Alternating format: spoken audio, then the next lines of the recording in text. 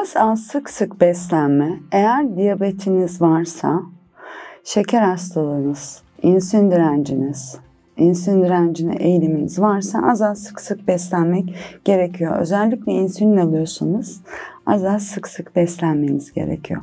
Ama böyle bir kural yok. Yani az az sık sık beslenme metabolizmayı daha çok hızlandırır gibi bir kural yok. 3 öğünde beslenebilirsiniz. 2 öğün beslenme programı da uygulanabilir. 4 öğün beslenme programı da uygulanabilir. Kişiden kişiye farklılık gösterir ama genel olarak ben 4 öğün beslenmeyi öneriyorum. Niye? Sabahleyin kalktığınızda kahvaltınızı yapacaksınız. O sizin metabolizmanızı harekete geçirecek. Öğle yemeği gün içerisinde sizin aktivitenizin sağlanmasını sağlar ve enerji ihtiyacınızı sağlar. 4-5 ara öğünü mutlaka tüketilmeli çünkü akşam çok yemenizi engeller. Akşam yemeği de normal olması gereken bir öğündür. 4 öğünü o yüzden öneriyorum. Çünkü 4-5 arası yenilmediği zaman akşam çok fazla yeme eğilimi oluyor insanlarda. Yorgunluk yaratıyor o süreç uzun olduğu için ve çok fazla kaçırıyorlar. Akşamleyin çok fazla yeme alışkanlığınız varsa, gece uykudan kalkıp yeme alışkanlığınız varsa ve sürekli atıştırma alışkanlığınız varsa şöyle bir beslenmeyle onu çözebiliriz. Protein hakkınızı akşamleyin kullanın mutlaka.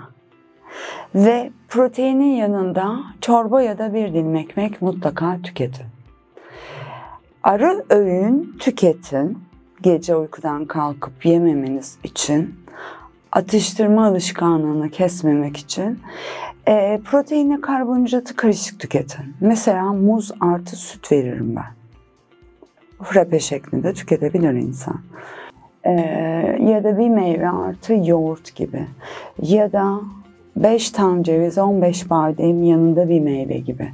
Çünkü yağlı tohumlar da tok tutar kişiyi. Atıştırmayı engeller. Ama atıştırma alışkanlığı olan bir insan yemekten, akşam yemeğinden 1,5-2 saat sonra yatmadan önce 1,5-2 saat önce ara öğün mutlaka tüketmelidir. Yoksa sürekli atıştırırlar. Ceviz, badem gibi maalesef sayarak yememiz gerekiyor ama sayın ve karışık bir şekilde kaseye koyun onları. Yanına meyveyi ekleyin. O kaseye koyduğunuzda fazla kaçırmanız diye bir şey söz konusu olmaz. O yüzden o size atıştırıyorum duygusu verir. Ben ceviz ve bademi, fındığı çok fazla kullanırım bu kişilerde.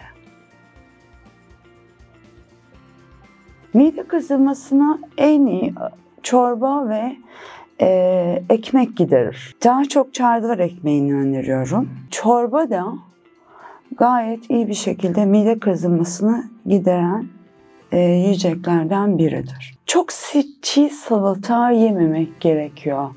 Mide kazıntısı olan insanlar yememesi gerekiyor.